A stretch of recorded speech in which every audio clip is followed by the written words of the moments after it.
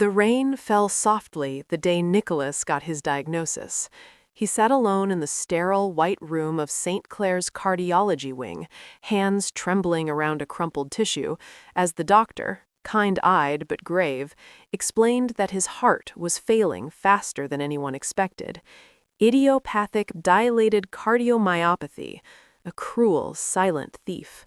No warning, no cure, just 2 weeks, maybe less. He didn't cry. Not then.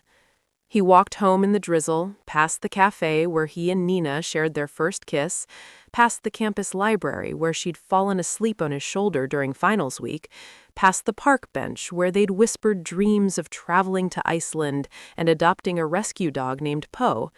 And when he reached his apartment, he did the only thing he thought would protect her.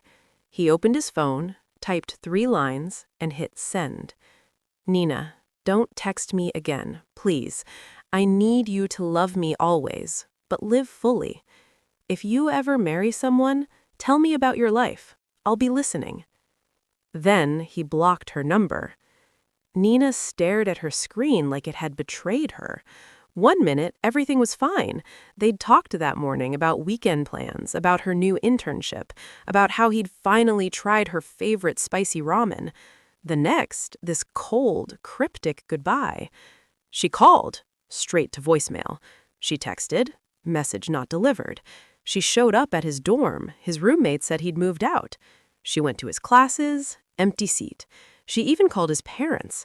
His mother answered once, voice thick with tears, and whispered, "He needs space, sweetheart. Please, just give him that." But Nina refused to believe it was over. Not like this, not without a reason. For 2 weeks, she haunted every place they'd ever been together, left notes in his mailbox, asked mutual friends, cried in the shower so her roommates wouldn't hear. She replayed every conversation, searching for signs she'd missed. Had she done something, said something? Was he in trouble? On the 14th day, she saw his best friend Matteo sitting alone on the quad steps, shoulders shaking, face buried in his hands. She ran to him. "Matteo, what's happening? Where's Nicholas?" Matteo looked up, eyes red raw. He didn't speak, just handed her a folded piece of paper. Nicholas's handwriting. "If she asks, tell her I loved her more than my own breath, and that I'm sorry I couldn't stay." Nina's knees buckled. That night, numb and hollow, she sent one last desperate text to his number, unblocked perhaps by accident or fate. "Please, just tell me you're okay." Minutes later, a reply came, not from Nicholas, but from an unknown number. "This is his mother. Nicholas passed this morning. He was the last person he texted. He asked me to tell you he's waiting for you in the stars." Nina screamed, then silence, then sobs that lasted until dawn.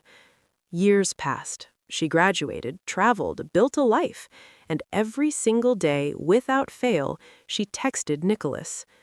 "Saw cherry blossoms today. Thought of you. Got promoted. Wish you were here to celebrate. Met someone. He's kind, but he's not you." Then, at 28, she married Daniel, a gentle architect who knew about Nicholas, who never asked her to stop texting the dead, who sometimes left flowers on the anniversary of his passing. She was happy, truly, but part of her heart remained in that rainy spring with a boy who loved her enough to let her go.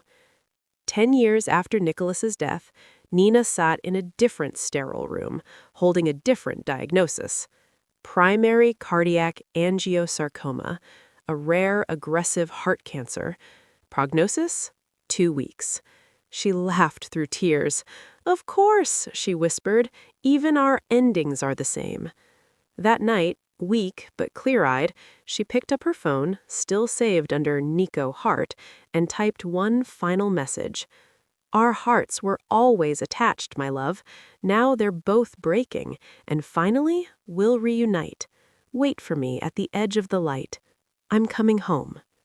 She pressed send, and as the moon rose over the city they once walked together, somewhere beyond time and pulse and pain, 2 souls, once separated by silence, now bound by eternity, began to beat as one again. Forever.